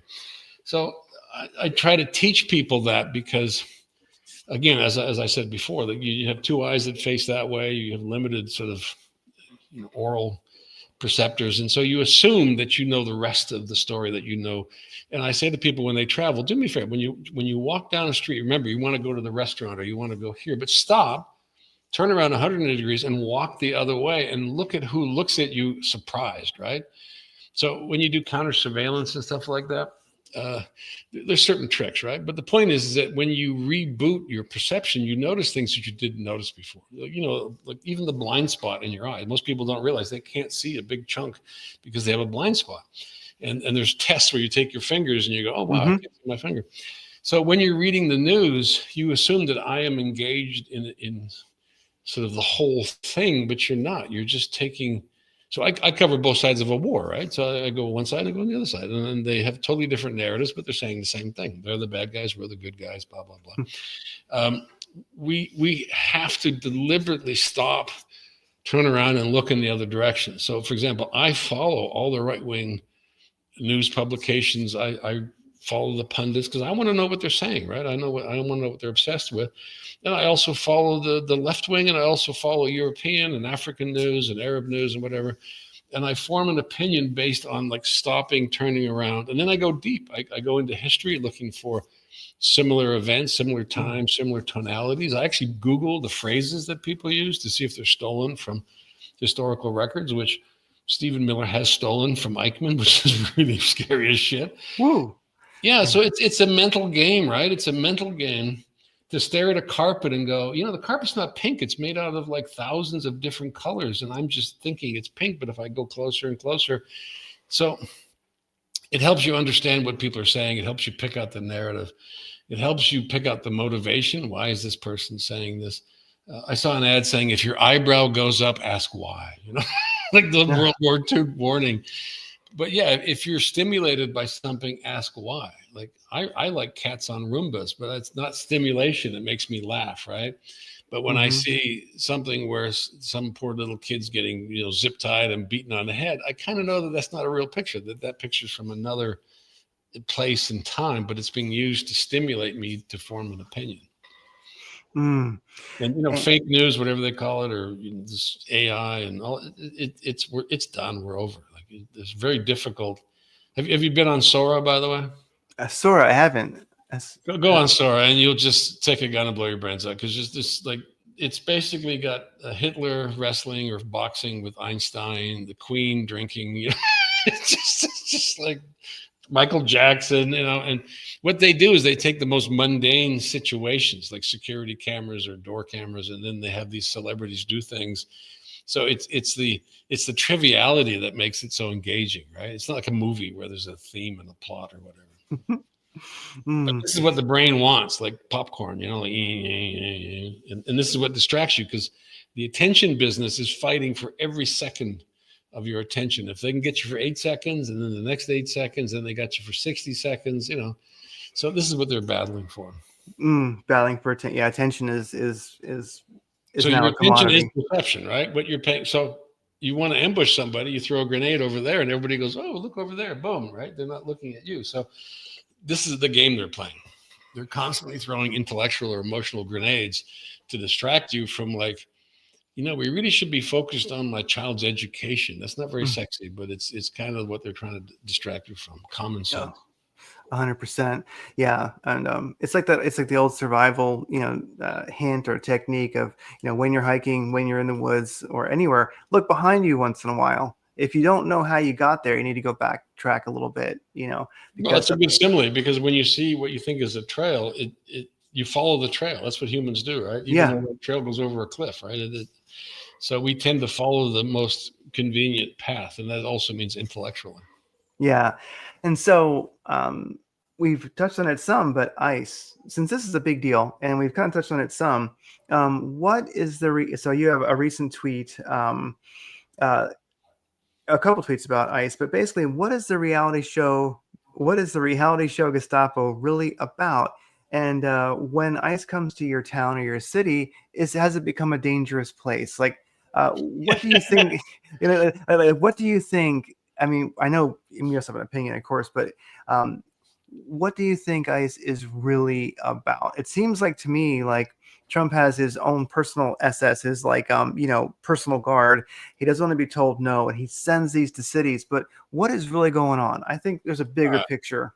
Okay, so two things to remember: when you cross the border in this country, it's not cops' rules, right? It isn't like they read you your rights, so you can say no, you can't look in there, or whatever. So the border of this country has special rules, and you must do what they tell you to do. It's a federal agency, right? And that border area goes 100 miles in. Most people don't know this, but those Mm. special rules for stop and search, the things that the Constitution protects you from, Mm-hmm. come in 100 miles. And that means that you can drive through the desert here and you're like 60, 70 miles from the Mexican border, and they're literally stopping cars and they're looking inside cars. And you go, hey, screw you, man. This is America. And they go, sorry, we have special powers. We're looking for drugs. We're looking for this. So the idea that they think a crime is being committed does not apply to them, right? They're just searching like you go through the luggage, right? You don't have to be a criminal for them to look inside your luggage. The other thing is that these are all federalized sort of Yeah. fruit and nuts. So you'll see these guys running around and you think it's like a bad discount sale for a tactical store. Like one guy's got brown camel and the other guy's green. And Mall one guy cops. says FBI, one guy says Secret Service, and the other one says ERO. And like, what the hell? But these are all federal officers. So because they're federal officers, they have special privileges, more than like, say, your local cop. So they can play games like, well, we're investigating this entire city, so we can do whatever we want, right? And yes, to enter your house, they're supposed to have a signed warrant from a judge, but they can cheat that and say, well, we're investigating and we had reason to believe that a crime was being committed. So they're pushing all those boundaries, right?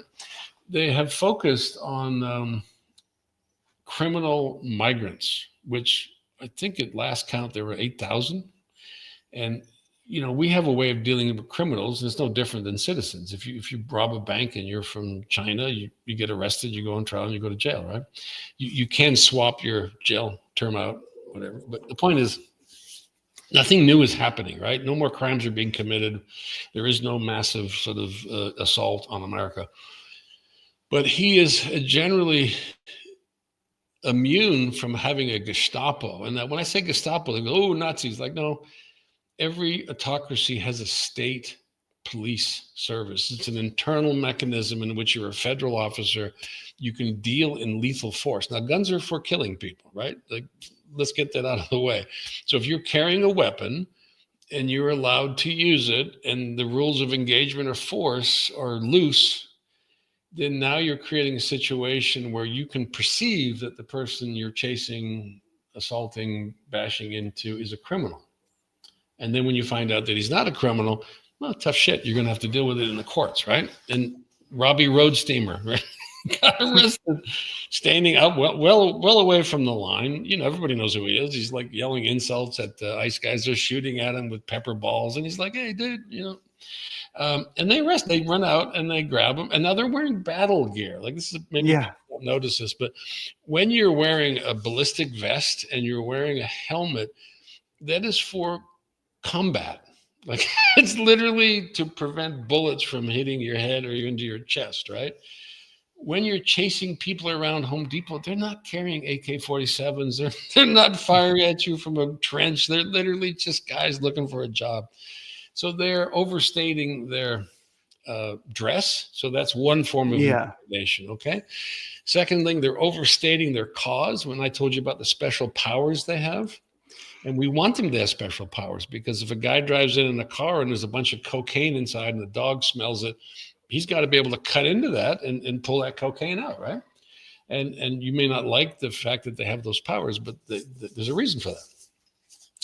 Thirdly, they're being sold as fighting an eternal enemy, which gets looser and looser and looser, which includes U.S. citizens, includes children.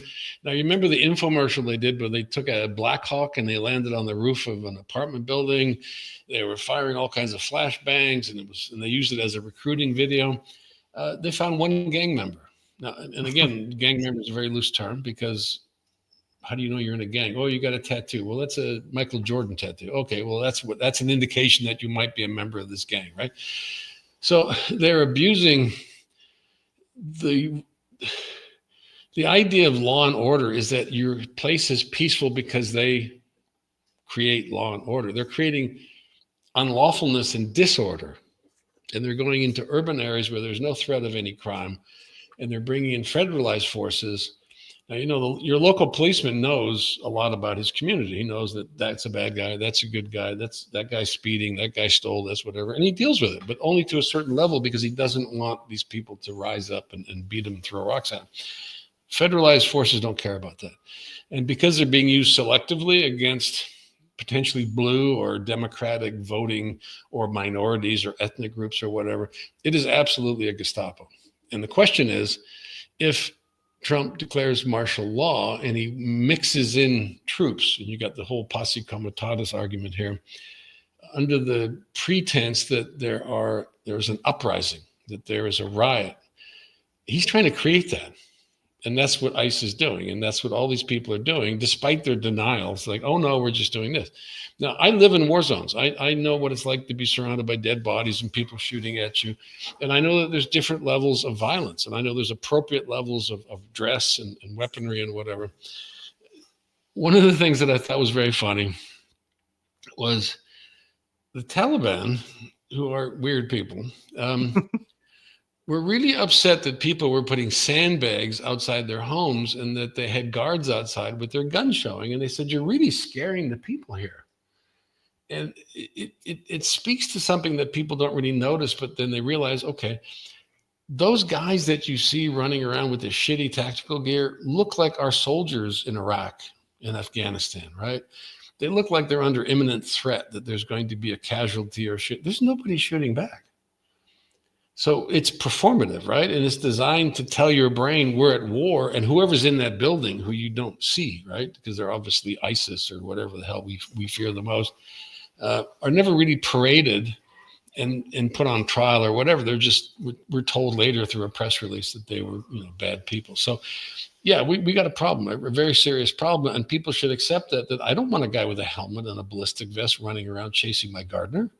You know, Yeah. he may have a weed whacker, but and I don't want National Guard's weed whacking, right? Like I don't think that's an appropriate use of a soldier's time. Mm. So Yeah. we can be more demonstrative about that and say that's bullshit. And we're living under the accusation. It's one of the things that I don't that disturbs me is there'll be the accusation that LA is lawless, like Chicago is lawless, like Portland is now lawless, and it's obviously an extreme political bias, to put it lightly. And based on what measurement? And it should be really the governor's. Well, but you're falling into the trap of pretending like it's not bullshit. You know as well as I do that in the mid 60s, they had a riot in Los Angeles and it was lawless. The police refused to go downtown because it would inspire more violence. And there were people shooting from rooftops and there were things on fire. But yes, that's lawlessness. And I hope they send the National Guard if that happens, right? So if there was lawlessness, yeah. Let's benchmark that and say, yeah, we do have situations. But that's not what's happening, right? Yes, not what's happening. Yeah. They're doing this little Stasi Gestapo march where they get on their horses and they get in their armored vehicles and they march as if they're going off to war. It's PR shit, right? It's no different than Hitler lining up everybody and showing them, look how powerful he is. And so these are visual things designed to stimulate you. And if you don't like them, which could be Democrats or Californians or whatever, this is not healthy because they're coming to your town too, and they may not come the way that you think they are. They may come by bankrupting you by not buying your soybeans, like the perception is different for different parts of the country, right? So I guess in California, they think that we're scared or we don't like soldiers or we don't like, I don't care. Man, I've seen worse. I don't mind walking up and talking to those guys and, I sell them gear. I don't care. Yeah. I'm not intimidated by them. And I don't care if they take shots at me or hit me on the head because I know my rights as a citizen, right? What I'm saying is that the TV version of that being fed to the rest of the country is the effect. That's what they want, right? Yeah. So that's what you got to guard against. And it does seem like it's training, as in like as I think you've alluded to it. It's that this is just training for more. Like that's I had this. That's what we're not doing. I tell you something. Yeah, I've been in plenty of riots, and you've seen them on TV. Or in riots. There's certain riot gear and certain skills you need to control riots. That ain't it. Like combat wear is not what you wear in a riot. Okay. So I don't want to get too loud, but one Molotov cocktail and those people would burn to death because they're trapped in all this plastic, and it's just a really bad idea to send people out dressed like that. Okay. Oh yeah, and it makes you very vulnerable because that stuff's heavy and it's easy to grab a person and you can just shake all their gear off. Those are handles for street smart people. By the way, you go. We didn't say that on the show. Yeah, didn't say that. Just if you wondered, hypothetically, their command structure and their communications is non-existent. They literally run like chickens in different directions. And they have no sense of like, let's go there, right? Like they're trying this in Portland. They do that little move, their little centurion move where they come in. Yeah. So they got that practice. And the guy turns around at the very last minute.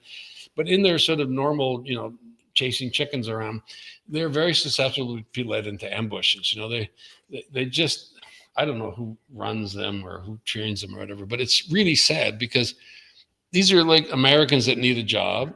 They've been told one thing, they're doing another thing. And at some point they'll be told, you need to go into this neighborhood and you need to crack some heads, right? Just like the Gestapo did. Now, we won't be wearing yellow stars, but maybe we'll be wearing the reverse of a MAGA hat or whatever. And they'll be told, those are the guys you need to arrest. And they're training for that. They literally are encouraged to look for people with brown skin, people that run, people that, have certain attributes. Yeah. And that's, I'm glad it's not a beautiful thing. I mean, of course, it doesn't make me happy, but I'm glad to hear you say that just because it just validates. I mean, to me, it's obviously training. Like they're coming for you, and that's what gets me. They're not coming very fast because they're kind of heavy. Yeah, but it does seem like it's like and there's a lot of that conversation can go on forever. But yeah, it's just that they're coming for you, and I think historically there's precedent. Well, let's do that.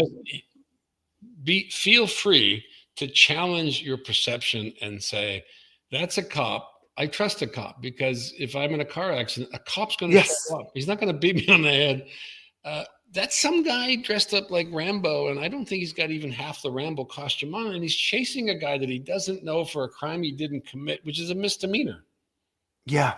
Yeah. And this energy and this money is going into doing the wrong thing, because what if that's me? And I have a friend who looks just like Che Guevara. I'm sure they're going to chase him. They're setting up a new secret headquarters in Santa Ana, right, for ICE. And somehow that's the hot point. And I guess from Santa Ana, you can go north or south or whatever. But they're trying to establish these little Gestapo sites where they can go out in these rented cars and their half-assed sort of tactical outfits and chase chickens around. And I'm not going to say it, but at some point they'll run into an actual gang, right? And the gang, I don't know if you know what's happening in Tijuana in Baja. No. So there, Chapo was arrested, his kid was arrested, whatever. So there's a battle in the Sinaloa level of cartels over control. And they have decided that they're going to take out American tourists, and they are putting bounties on ICE people. Now, the cartel doesn't just live in Mexico. They travel, they're in America, they're in Mexico, they're in Colombia, and they're being trained by Colombian mercenaries. They have all the weaponry they need. They have drones. They have lethal drones. They just lit off a lethal drone. Didn't do a very good job, but they're practicing using lethal drones in Tijuana. And it's getting kind of crazy because these people have the ability to assassinate people inside the U.S. with impunity. They send people across the border and they come back, right? And I don't think we're monitoring that. I don't think we're monitoring the effect it's having on the actual criminals that they're supposed to be arresting. They're not putting pressure on them. They're just threatening to kill them. So in two areas, you have to be very careful. One is that there's apparently a kill list, a secret kill list, which is the White House's term, against cartel members and also against gangs and Venezuelan related things. So we are now back in the dirty sort of 60s, where we used to just assassinate political and criminal figures and then deal with the repercussions later. So there is an actual real violent extension of this federalized violence outside of the country that is going to impact us inside the country. Yeah, and since you touched on it, what do you think is going on with blowing up speedboats off the coast of Venezuela? Well, that's just stupid shit. That's just, TV shit. So yeah, what we did send is, and I don't know the exact number, but there's a shit ton of Marines sitting on an expeditionary ship. There are actual Marines sitting offshore Venezuela on this ship. And these missiles are supposed to be firing, or part of that TV comedy routine where we're trying to say, hey, Venezuela, look how tough we are. We can send missiles. But we're not actually doing anything. I mean, we've had a very robust sort of counter Maduro operation going on. You've seen the attempted coups that failed. We constantly, I was watching Goodrow, the Silver Corps guy, and he was talking about how he was meeting with the White House flunkies and Trump's bodyguard and how they really are getting into this. We're going to overthrow Maduro. We got a bounty on his head, like cowboy shit. So there's a lot of really badly run attempts to destabilize foreign countries right now. And it's not working. But those countries realize that, okay, we need to do something back to counter this. So we've kicked over a hornet's nest that you don't see. These boats you're seeing are the things that you see on TV because they have video cameras with these drones, right? Yeah. These boats are literally traveling between Venezuela and Trinidad, right? Now, if you know the drug business, which I know very well, drugs don't go from Venezuela on a little boat to somebody's nose in New York City. It literally comes in cargo ships. They literally have containers full of cocaine that they load once they're in international waters. And those ships go through the Panama Canal and they come up the west side. They also go up the East Coast. They go to Europe. They go to Africa. It's a big business. And cocaine comes from Colombia.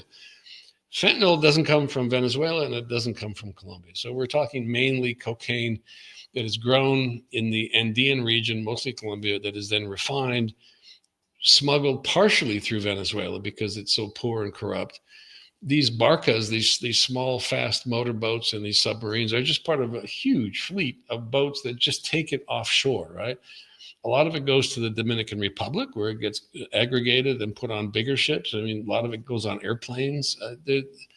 If you spend 5 minutes just looking at the scale of the drug business, and as I was told many, many times when I was in Colombia in the drug labs and in the fields, They would say, we don't have a drug problem. You have a drug problem. Meaning that cocaine was only 5,000 a kilo down there, and it was like 35,000 when it got to America. And they said, who's making the money off of this? Right? It ain't us. It's like your drug problem is in the country of the United States. And think about it. If we're so rigorous on our border enforcement, why aren't we shutting down the flow of drugs that come in to this country? Well, you know why? Because there's so much money to be made that they bribe their way into the country. The cartels are in this nation. They facilitate the constant flow of drugs into this country. Mm. And I won't name names, but I discovered just in Tijuana years ago, I sent my buddy down to TJ, and they recruited him to drive these SUVs across. And they would say, okay, that guy, that American guy in that line, get in that line. And there'd be 5 guys on the floorboard and whatever else was in the truck. And they'd make 5 runs a day. Wow. Yeah. So I had you almost 2 hours. I don't want to, keep you too long. Thanks for all your time today. Interesting. And I talk too much, but my point is I'm very passionate about wanting people to, first of all, challenge the narrative, right? Like if you feel uncomfortable about something, call bullshit. You don't have to know anything. Just have that person explain themselves, right? Oh yeah. And reach out to things beyond that fire hose that you got around your lips. Whatever you're using to absorb all this information that makes you feel nervous or whatever, is go read The Economist. Go read the Indian magazine. Go read the Australians have fantastic documentaries and investigative pieces about America. They're much better than what we have here. So, well, you definitely don't talk too much. It's all great stuff. I mean, what I would lastly, I'd just like to ask. So we talked about cognitive bias, and I'm wondering how long before maybe we see cognitive bias start to fall apart and people see clearly. Only because I'm looking at like America right now, and we're told that ICE is our friend. Tariffs are our friend. Basically, doing everything under emergency powers is our friend. And like Trump is pro Second Amendment, which he is not. He's not the Second Amendment's friend. People thought that he was going to end wars. I don't know why they ever thought that. That's silly. He's not. And it seems like we've got we're probably going to see well, okay. Your cognitive bias is that you're taking the reversal tack, which is what I just said, like turn around or flip it on its head and say, "Is this true?" That's very healthy, right? It's not necessarily true, but it's healthy, right? Healthy, yeah. I think it's happening. Yeah, like any scientific thing, prove your thesis. Okay, unprove your thesis, right? Do it 5 times. Do it 5 different ways. I would say this. We have a person that is in a very powerful position that is aggregating and consolidating every aspect of that short-term power that we give to the president, right? It goes back to Washington, right?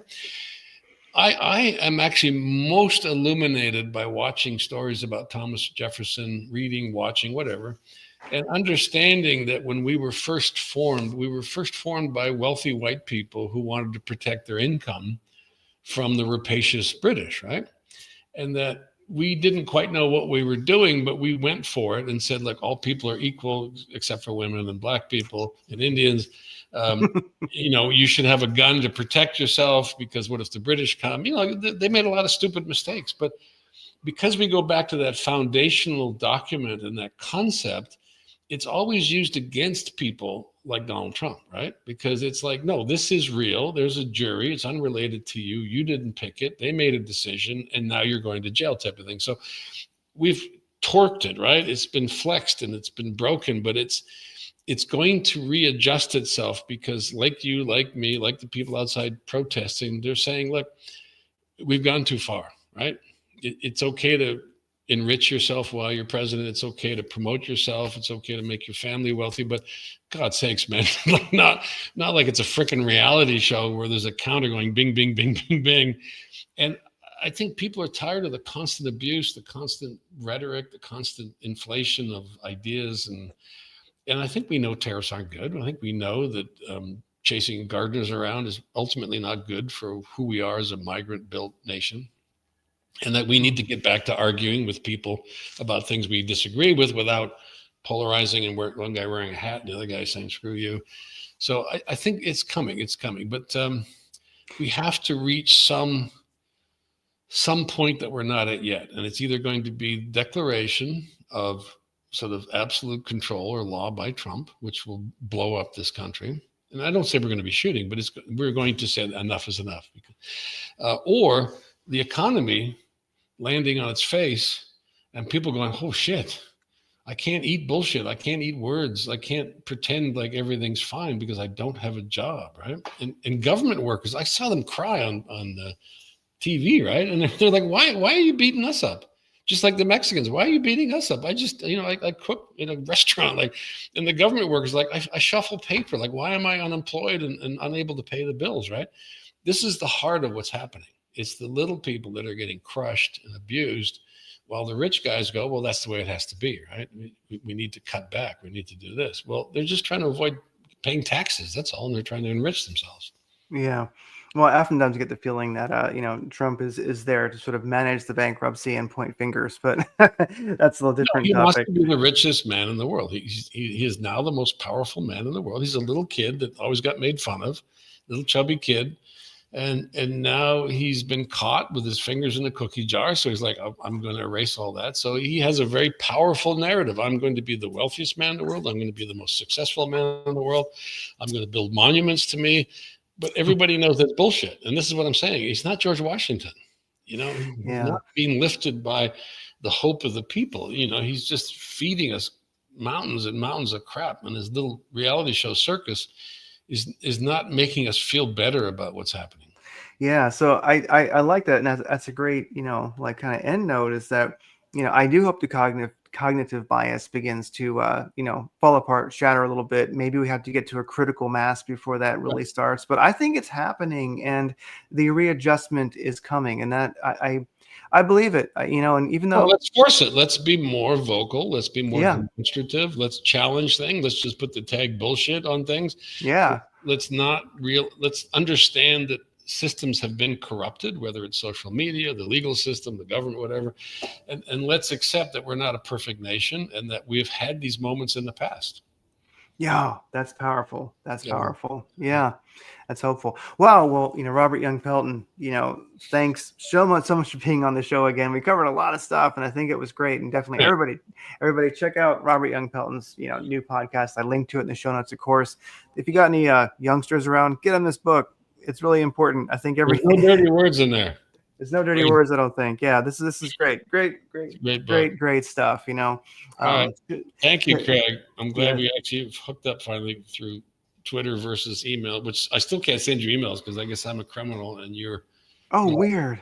All criminal people from contacting you, but that's okay. I guess they're on to you. All right. Well, take care. Thank you so much for being on again. Do I hang up or do I just let it do it? I'm gonna do this one.